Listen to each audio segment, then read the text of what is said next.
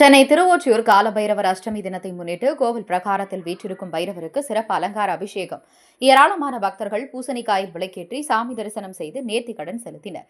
சென்னை திருவொற்றியூர் அருள்மிகு தியாகராஜ சுவாமி உடனுரை வடிவுடையம்மன் கோவிலில் தெற்கு நோக்கி வீற்றிருக்கும் பைரவர் சன்னதியில் எங்கும் இல்லாத வகையில் பைரவர் மட்டுமே தனியாக நின்று காட்சியளித்தது. அருள்பாலிக்கும் சன்னதி அமைந்துள்ள நிலையில் இன்று கால பைரவ அஷ்டமி மிக விமர்சையாக நடைபெற்றது.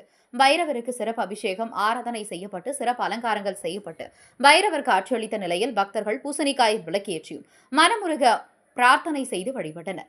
கால பைரவர் ஜெயந்தி என்பது சிவபெருமானின் வடிவமான கால பைரவருக்கு அர்ப்பணிக்கப்பட்ட பண்டிகையாகும். நேற்றிரவு 10:31 மணிக்கு துவங்கி இன்று சனிக்கிழமை இரவு 11:45 மணி வரை அஷ்டமி திதியை முன்னிட்டு இந்த நாளில் கால பைரவரை வழிபடுவதால் பாவங்கள், பயம், தடைகள் ஆகியவற்றில் இருந்து பூரணமாக விடுபட அருள் பாலிப்பார் என்றும் ஏராளமான பக்தர்கள் சுவாமி தரிசனம் செய்து வழிபட்டனர். கோவில் நிர்வாகம் சார்பில் பக்தர்களுக்கு தயிர் சாதம் வழங்கப்பட்டது.